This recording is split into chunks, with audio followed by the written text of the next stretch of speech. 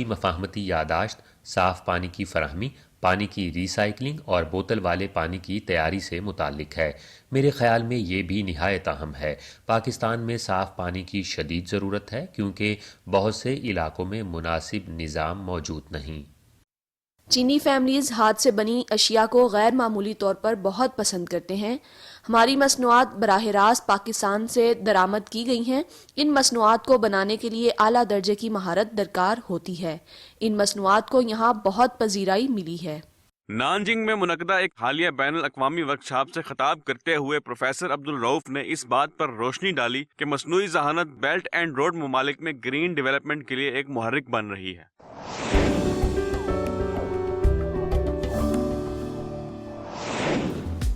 ناظرین محترم السلام علیکم، میں ہوں آپ کی میزبان نسرین اور آپ دیکھ رہے ہیں پروگرام پاک چائنا ایکسپریس۔ چین پاکستان اقتصادی تعاون میں ایک اور نئے باب کا اضافہ ہوا ہے۔ حالیہ دنوں میں چین کی وزارت زراعت کے دفتر برائے ایشیا و افریقہ اقتصادی و تجارتی تعاون کے فروغ میں چین اور پاکستان نے تعاون کی 3 نئی یادداشتوں پر دستخط کیے، جن میں پانی کی صفائی، میڈیا اور روبوٹکس ٹیکنالوجی شامل ہیں۔ تفصیلات دیکھتے ہیں۔ It is very important for every country. پہلا آپشن بہت دلچسپ ہے۔ یہ ایک روبوٹکس کمپنی ہے۔ یہ نہ صرف پاکستان میں روبوٹ فروخت کرنا چاہتی ہے بلکہ وہیں ان کی تیاری بھی کرنا چاہتی ہے۔ کمپنی زیادہ تر ڈیلیوری اور دیگر روبوٹک ایپلیکیشنز پر کام کر رہی ہے۔ اس لاجسٹکس منصوبے کی قیادت شنگھائی کی ایک ٹیک کمپنی کر رہی ہے۔ منصوبہ یہ ہے کہ پہلے ہوٹلوں، ہسپتالوں اور ہوائی اڈوں میں انٹیلیجنٹ ڈیلیوری اور رہنمائی کرنے والے روبوٹ متعارف کرائے جائیں اور بعد میں انہیں پورے ملک میں پھیلایا جائے۔ توقع کی جا رہی ہے کہ یہ اقدام پاکستان کے سروس سیکٹر کو جدید بنیادوں پر اپ گریڈ کرے گا۔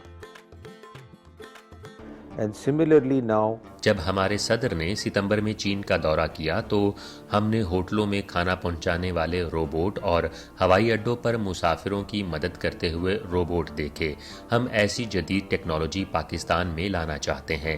چین سمارٹ ٹیکنالوجیز میں پہلے ہی بہت آگے ہے اور پاکستان اس تجربے سے سیکھنا چاہتا ہے۔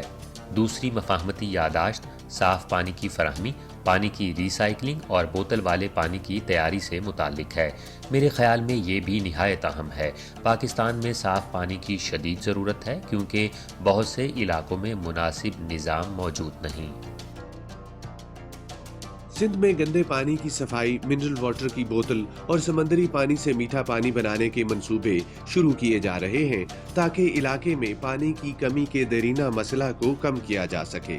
تاہم تعاون صرف بنیادی ڈھانچے تک محدود نہیں بلکہ دونوں ممالک کے درمیان ثقافتی تبادلے بھی فروغ پا رہے ہیں۔ well, the 3 MOUs تیسرا معاہدہ CBIC سے متعلق ہے جو ٹی وی اور ریڈیو اسٹیشنز کے قیام کا کام کرتی ہے۔ وہ پہلے ہی پاکستان میں بعض اداروں کے ساتھ کام کر چکے ہیں اور میرے خیال میں اس مفاہمتی یادداشت پر دستخط کے بعد ان کا کردار مزید مؤثر ہو جائے گا۔ فلم اور ٹی وی کے شعبے میں دونوں ممالک نے سرحد پار کانٹینٹ کے تبادلے کا آغاز کر دیا ہے۔ ریکارڈ توڑ چینی اینیمیٹڈ فلم نیچا 2 پاکستان میں کامیابی کے ساتھ ریلیز ہو چکی ہے، جبکہ پاکستانی تاریخ کی سب سے زیادہ کمائی کرنے والی فلم دی لیجنڈ آف مولا جٹ جلد چین کے تھیٹرز میں پیش کی جائے گی۔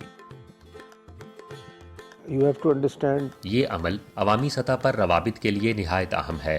ہر ملک کے لیے ثقافتی اور عوامی تعلقات ضروری ہوتے ہیں اور اس میں میڈیا، فلم انڈسٹری اور متعلقہ شعبے بنیادی کردار ادا کرتے ہیں۔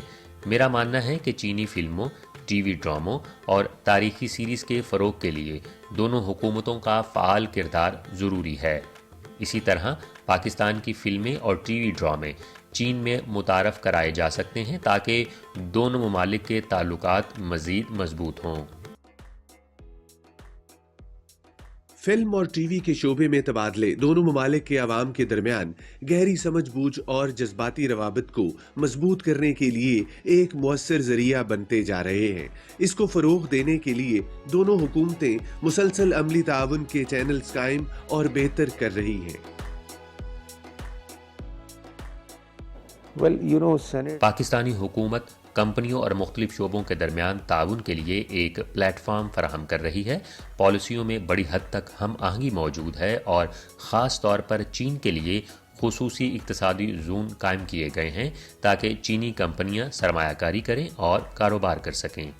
جب میں چین آتا ہوں تو مجھے یوں محسوس نہیں ہوتا کہ میں کسی غیر ملک میں ہوں۔ اسی طرح جب چینی شہری پاکستان آتے ہیں تو وہ بھی خود کو اجنبی ملک میں محسوس نہیں کرتے۔ ہم چینی عوام کو اپنے بہن بھائی سمجھتے ہیں، اسی لیے یہ تعلق کسی اور ملک کے ساتھ تعلق جیسا نہیں ہے۔ اکتوبر 2025 میں چین نے باضابطہ طور پر اپنا 15واں 5 سالہ منصوبہ 2026-2030 پیش کیا، جس میں اعلیٰ معیار کی غیر ملکی شراکت داری کو بڑھانا، ابھرتی ہوئی صنعتوں کو فروغ دینا اور گرین ٹرانزیشن کو آگے بڑھانا جیسے اہم اہداف شامل ہیں۔ یہ عالمی شراکت داروں کے لیے اہم مواقع فراہم کرتا ہے۔ پاکستان چین کا آل ویدر اسٹریٹجک کوآپریٹو پارٹنر یعنی ہر حال میں اسٹریٹجک تعاون کرنے والا دوست ہونے کی حیثیت سے اس مضبوط بنیاد سے فائدہ اٹھا کر نئے منصوبے سے پیدا ہونے والے مواقع سے استفادہ کرنے کے لیے بہترین پوزیشن کا حامل ہے۔ ہم اس منصوبے کا حصہ بننا چاہتے ہیں کیونکہ چین جو بھی منصوبہ بندی کرتا ہے وہ صرف چین کے لیے نہیں بلکہ عالمی نوعیت کی ہوتی ہے۔ پاکستان جو چین کا ہمسایہ اور اس کے قریب ترین دوستوں اور اتحادیوں میں شامل ہے کو ہر ممکن طریقے سے اس منصوبے میں شامل ہونا چاہیے اور اس سے پیدا ہونے والے ہر موقع سے فائدہ اٹھانا چاہیے۔ سی پیک کے دوسرے مرحلے میں ہم ٹیکسٹائل اور لیبر انٹینسو یعنی افرادی قوت پر انحصار کرنے والی صنعتوں کو ترجیح دینا چاہتے ہیں کیونکہ چین میں مزدوری کی لاگت بڑھ رہی ہے۔ اگر چینی کمپنیاں اپنے آپریشنز چین سے منتقل کرنا چاہیں تو ہم انہیں یہاں پروجیکٹس لگانے کے مواقع فراہم کرنا چاہتے ہیں۔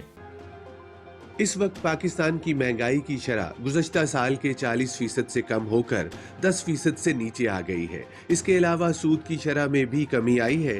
ان تبدیلیوں سے پاکستان کی معیشت کے لیے زیادہ سازگار حالات پیدا ہونے کی توقع ہے۔ ہم نے مہنگائی پر قابو پانے اور معیشت کو سنبھالنے کے لیے IMF کے پروگرام میں شمولیت اختیار کی ہے۔ ہم نے مہنگائی کو 40% سے کم کر کے 10% سے نیچے بلکہ اب 5% سے بھی کم کر دیا ہے۔ معیشت آگے بڑھ رہی ہے، اگرچہ رفتار کچھ سست ہے لیکن یہ بہتر ہے کیونکہ اگر ترقی کی رفتار 5, 7 یا 10% تک تیزی سے بڑھے تو اس سے مہنگائی خود بخود بڑھ جاتی ہے۔ اس لیے ہمیں ترقی اور معیشت کے نظم میں احتیاط کرنا ہوگی۔ پاکستان اسٹاک ایکسچینج کی کارکردگی بہت اچھی ہے۔ سیمنٹ اور گاڑیوں کے شعبے مجموعی طور پر مستحکم ہیں۔ زیادہ تر 2 ڈیجٹس پروفٹس یعنی منافع کی شرح 2 ہندسوں میں ہے۔ یہ غیر ملکی اور مقامی سرمایہ کاری دونوں کو متوجہ کرتا ہے۔ یہ ظاہر کرتا ہے کہ معیشت بہتر ہو رہی ہے، لوگ سرمایہ کاری کر رہے ہیں اور ملک میں کاروباری سرگرمیاں بڑھ رہی ہیں۔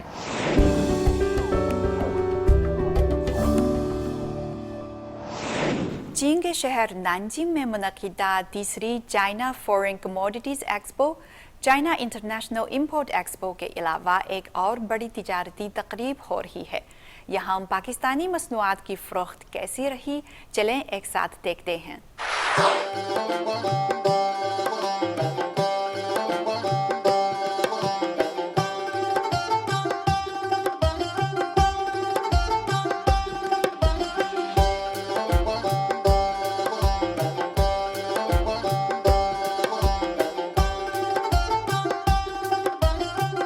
تیسری China foreign commodities expo Nanjing میں منعقد ہوئی۔ کھلے پن اور باہمی تعاون کے ذریعے مشترکہ خوشحالی کے موضوع کے تحت اس تقریب میں 50 سے زیادہ ممالک اور خطوں سے 1000 سے زیادہ کمپنیاں اپنی خصوصی مصنوعات، ثقافتی ورثہ اور جدید ٹیکنالوجیز پیش کرنے کے لیے شریک ہوئیں۔ شرکاء میں پاکستان پیویلین نمایاں رہا، جہاں 20 سے زیادہ کمپنیوں نے اپنی مختلف اقسام کی مصنوعات کے ذریعے زبردست توجہ حاصل کی۔ I am from Pakistan, Karachi. میرا تعلق پاکستان کے علاقے کراچی سے ہے. یہ نانجنگ میں میرا تیسرا دورہ ہے. یہاں کے لوگ انگریزی بولتے ہیں اور مصنوعات کو واقعی سمجھتے ہیں. ہر بار ہمارا کاروبار اچھا ہوتا ہے, اسی لیے ہم نانجنگ کی بہت قدر کرتے ہیں. My name is Adil Khan and I am from Pakistan. میرا نام عدیل خان ہے اور میں پاکستان سے ہوں. ہماری مصنوعات بھی پاکستانی ہیں. ہم چمڑے کی اشیاء مثلاً جیکٹس, فر کوٹس, بیلٹ اور خواتین کے بیگز میں مہارت رکھتے ہیں. نمائش میں پاکستان سے آئے ایک باپ بیٹی نے ہماری توجہ حاصل کی. والد ہمایوں دستکاری اور لکڑی کے فرنیچر کے ماہر ہیں.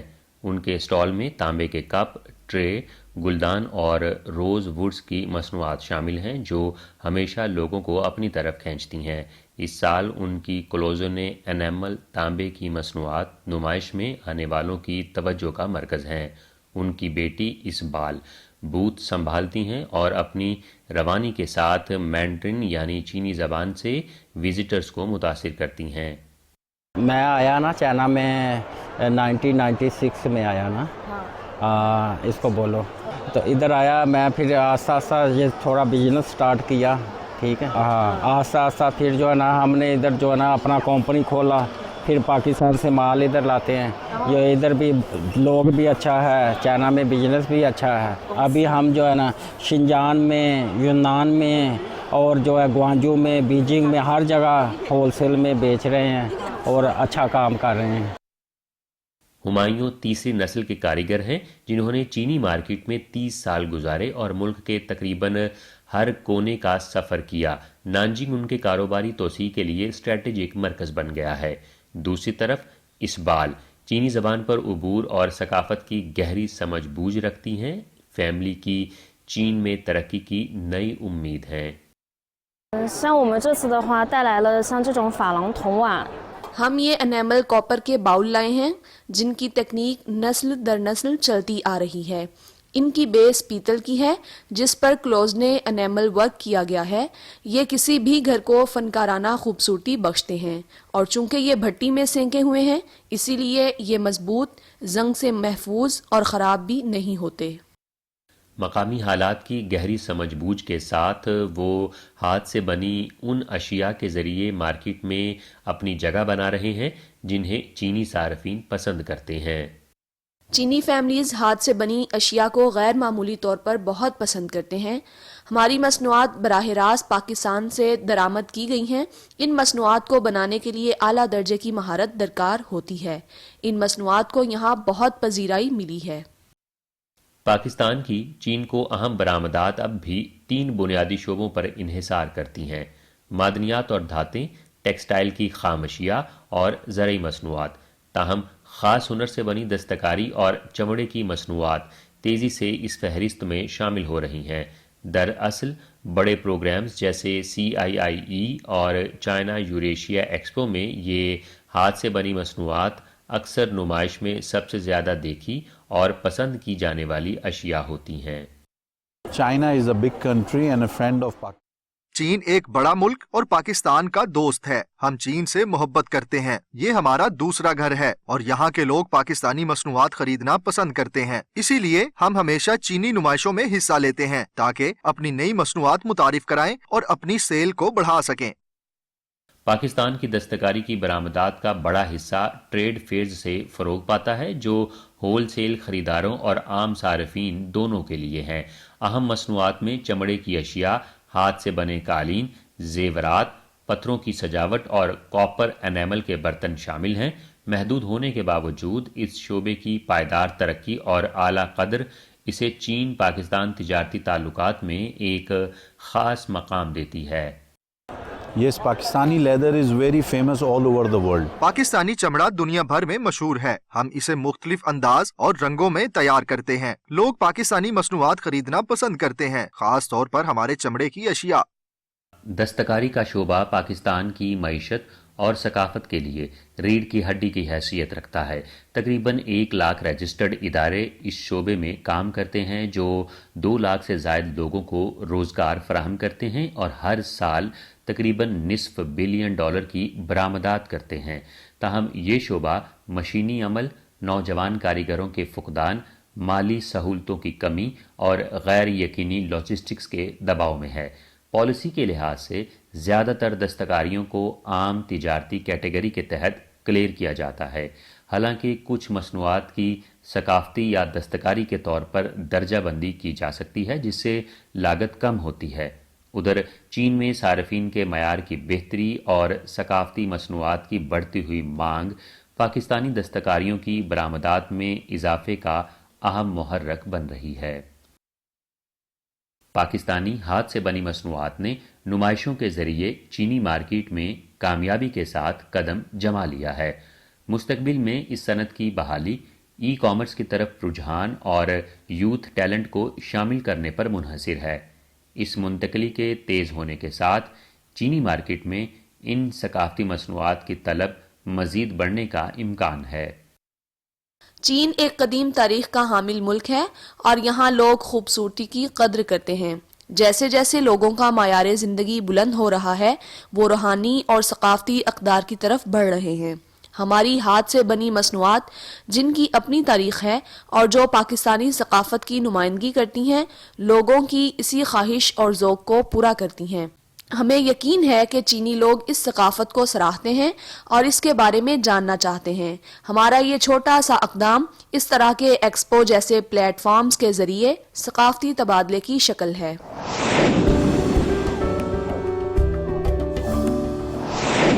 ناظرین، بیلٹ اینڈ روڈ انیشیٹو کے فریم ورک کے تحت مصنوعی ذہانت پائیدار ترقی کو فروغ دینے اور شمولیتی معاشی نمو پیدا کرنے کی غیر معمولی صلاحیت رکھتی ہے۔ پاکستانی اسکالر پروفیسر عبدالرؤف جو چین کی Nanjing university of information science and technology میں پڑھاتے ہیں، اس حوالے سے منفرد نقطۂ نظر رکھتے ہیں۔ نانجنگ میں منعقدہ ایک حالیہ بین الاقوامی ورکشاپ سے خطاب کرتے ہوئے پروفیسر عبدالرؤف نے اس بات پر روشنی ڈالی کہ مصنوعی ذہانت بیلٹ اینڈ روڈ ممالک میں گرین ڈیولپمنٹ کے لیے ایک محرک بن رہی ہے۔ آپ دنیا میں ہونے والی نئی ٹیکنالوجیز کو پوری طرح نہیں سمجھ سکتے، اور یہ بھی کہ چین کس قدر بڑے پیمانے پر اپنا کردار ادا کر رہا ہے۔ ہم کہہ سکتے ہیں کہ چین نہ صرف اپنے لیے بلکہ پوری دنیا کے لیے وسیع اور بڑے پیمانے پر خدمات انجام دے رہا ہے۔ اس تناظر میں اے آئی روبوٹکس اور اے آئی ٹولز کا کردار بہت نمایاں ہے۔ حال ہی میں چین نے ڈیپ سیک متعارف کرایا ہے۔ چیٹ جی پی ٹی اور دیگر اے آئی ٹولز کے لیے آپ کو بھاری رقم ادا کرنا پڑتی ہے، جبکہ ڈیپ سیک بالکل مفت ہے۔ یہ تعاون نہ صرف چین کے لیے بلکہ پوری دنیا کے لیے اہم ہے۔ یہ واقعی متاثر کن ہے۔ یہ دیگر ممالک کے ساتھ بھی روابط قائم کرتا ہے۔ وہ آ کر دیکھتے ہیں کہ چین اے آئی ٹیکنالوجی میں کس طرح اپنا حصہ ڈال رہا ہے اور کیوں اسے جاری رکھنا چاہیے۔ 2 یا 3 سال قبل ییل یونیورسٹی کے ایک انٹرویو میں میں نے واضح طور پر کہا تھا کہ بیلٹ اینڈ روڈ انیشیٹو کسی دن چین کے لیے ایک بڑا کارنامہ بنے گا۔ حال ہی میں اس نے بہت ترقی کی ہے اور یہ ٹیکنالوجی میں بھی کردار ادا کر رہا ہے۔ پروفیسر عبدالرؤف کے مطابق چینی جدت کی سب سے بڑی خصوصیت اس کی رسائی ہے۔ سستے اور مؤثر حل پیش کر کے چین ترقی پذیر ممالک جیسے پاکستان کو جدید اے آئی اپنانے کا موقع دے رہا ہے، وہ بھی بغیر بھاری لاگت کے۔ عملی طور پر اس کا مطلب یہ ہے کہ چینی اے آئی ماڈلز کو آبپاشی کو بہتر بنانے اور موسم کی پیش گوئی کے لیے استعمال کیا جا رہا ہے، جس سے فصلوں کی پیداوار میں براہ راست اضافہ ہوتا ہے۔ یہ شراکت صرف ہارڈ ویئر تک محدود نہیں بلکہ مقامی افرادی قوت کو سکلز سکھانے اور اپنا پائیدار ٹیکنالوجی نظام بنانے پر بھی مرکوز ہے۔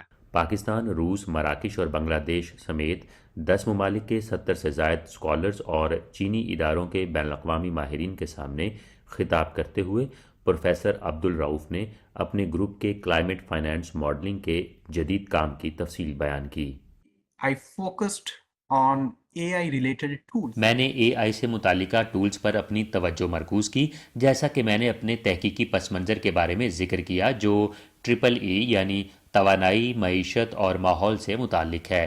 اس پروجیکٹ میں جس کے لیے میں نے درخواست دی اور کامیابی حاصل کی، میرا بنیادی مقصد یہ سمجھنا تھا کہ گرین فائنانس، گرین اکانومی اور گرین انوائرمنٹ کسی ملک کے لیے کس حد تک اہم ہیں۔